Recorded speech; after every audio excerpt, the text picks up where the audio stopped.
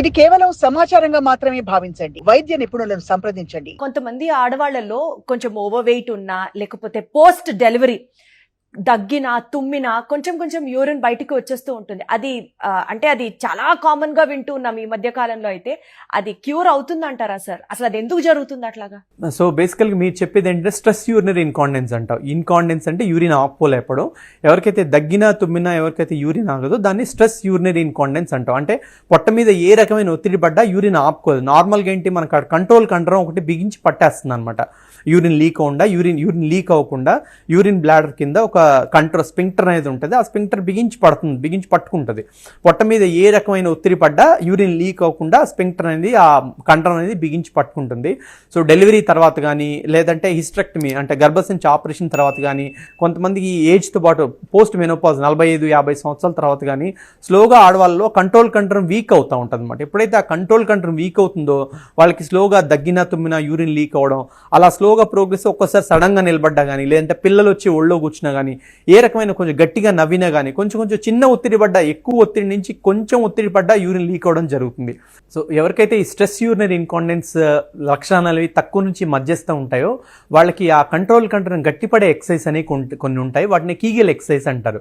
ఆ కీగెల్ ఎక్సర్సైజ్ అనేవి కనుక యూరాలజిస్ట్ పర్యవేక్షణలో కానీ లేదంటే ఫిజియోథెరపిస్ట్ పర్యవేక్షణలో కానీ మళ్ళీ ఆ కీగెల్ ఎక్సర్సైజ్ అనేది రెగ్యులర్గా చేస్తుంటే కనుక మళ్ళీ ఆ కంట్రోల్ అనేది గట్టిపడి ఆ స్ట్రెస్ యూరినరీ ఇన్కాండెన్స్ నుంచి రిలీఫ్ అయ్యే అవకాశం ఉంటుంది. సో ఎవరికైతే ఈ కీగెల్ ఎక్సర్సైజ్ చేసినా కానీ లేదంటే కీగెల్ ఎక్సర్సైజ్ చేస్తున్నా కానీ రిలీఫ్ అవ్వకుండా ఎవరికైతే లక్షణాలు చాలా ఎక్కువ ఉంటాయో అంటే ఒక్కోసారి పిల్లలు వచ్చి ఒళ్ళో కూర్చున్నా కానీ ఒకసారి సడన్గా లేచి నిలబడ్డా కానీ కొంచెం ఒత్తిడి పడ్డా ఎవరికైతే యూరిన్ లీక్ అవుతుందో వాళ్ళకి చిన్న మైనర్ ఆపరేషన్ ఉంటుంది. సో స్లింగ్ ప్రొసీజర్స్ అంటారు. అంటే ఆ కంట్రోల్ సపోర్ట్గా మైనర్ ఆపరేషన్ చేసి ఒక చిన్న ప్రాస్టిక్ మెష్ అనేది పెడతాం అనమాట. ఆ మెష్ పెడితే కంట్రోల్ అనేది సపోర్ట్గా ఉంటుంది. అప్పుడు వాళ్ళకి ఆ లక్షణాల నుంచి రిలీఫ్ పొందే అవకాశం ఉంటుంది. సరే, అసలు బేసికల్ గా యూరినరీ సిస్టమ్ ని హెల్దీగా ఉంచుకోవాలి అంటే ప్రతి మనిషి ఫాలో అవ్వాల్సిన కొన్ని ప్రాసెసెస్ ఏంటి సార్? సో ఎప్పుడైనా యూరిన్ సిస్టమ్ అనేది హెల్దీ ఉండడం అనేది ప్రతి మనిషి సర్వైవర్కి చాలా ఇంపార్టెంట్ అండి. సో బేసిక్గా వీటన్నిటికీ మనం ఫాలో అవ్వాల్సింది అంటే మిగిలిన అవయవాల లాగానే ఫస్ట్ థింగ్ ఏంటంటే to follow A basic healthy life style which includes so healthy diet తీసుకోవడం, డైలీ మినిమం కొంచెం టైం ఎక్సర్సైజ్ కేటాయించడం. సో జనరల్ అన్ని సిస్టమ్స్ లాగానే మన ఎక్స్క్రిటరీ మన కిడ్నీ సిస్టమ్స్ కూడా basic life style healthy life style follow అవడం చాలా ఇంపార్టెంట్. సో టైంకి డైట్ తీసుకోవడం, బ్యాలెన్స్డ్ డైట్ తీసుకోవడం, డైలీ మోడరేట్ ఎక్సర్సైజ్ చేయడం, అది నెంబర్ 1. నెంబర్ 2 ఏంటంటే so we should always keep our cells in good hydrated state. మనం ఎప్పుడు మంచి హైడ్రేటెడ్ స్టేట్లో ఉంచుకోవాలి. ఇందాక చెప్పినట్టు ఆల్రెడీ ఫస్ట్ మాట్లాడుకున్నప్పుడు మన చేసే చేసే వర్క్ని బట్టి మంచి ఉన్న వెదర్ని బట్టి యావరేజ్గా పర్ డే యూజువల్గా 2.3 లీటర్స్ వాటర్ ఇంటేక్ తీసుకోవడం అనేది చాలా అవసరం. సో బట్ పేషెంట్ మన ఉండే వెదర్ని బట్టి చేసే వర్క్ని బట్టి వాటర్ ఇంటేక్ అనేది అటు ఇటు మారచ్చు. సో వాటర్ ఇంటేక్ మార్చుకుంటూ మనల్ని ఎప్పుడు మనం గుడ్ హైడ్రేషన్ స్టేట్లో ఉంచుకోవాలి.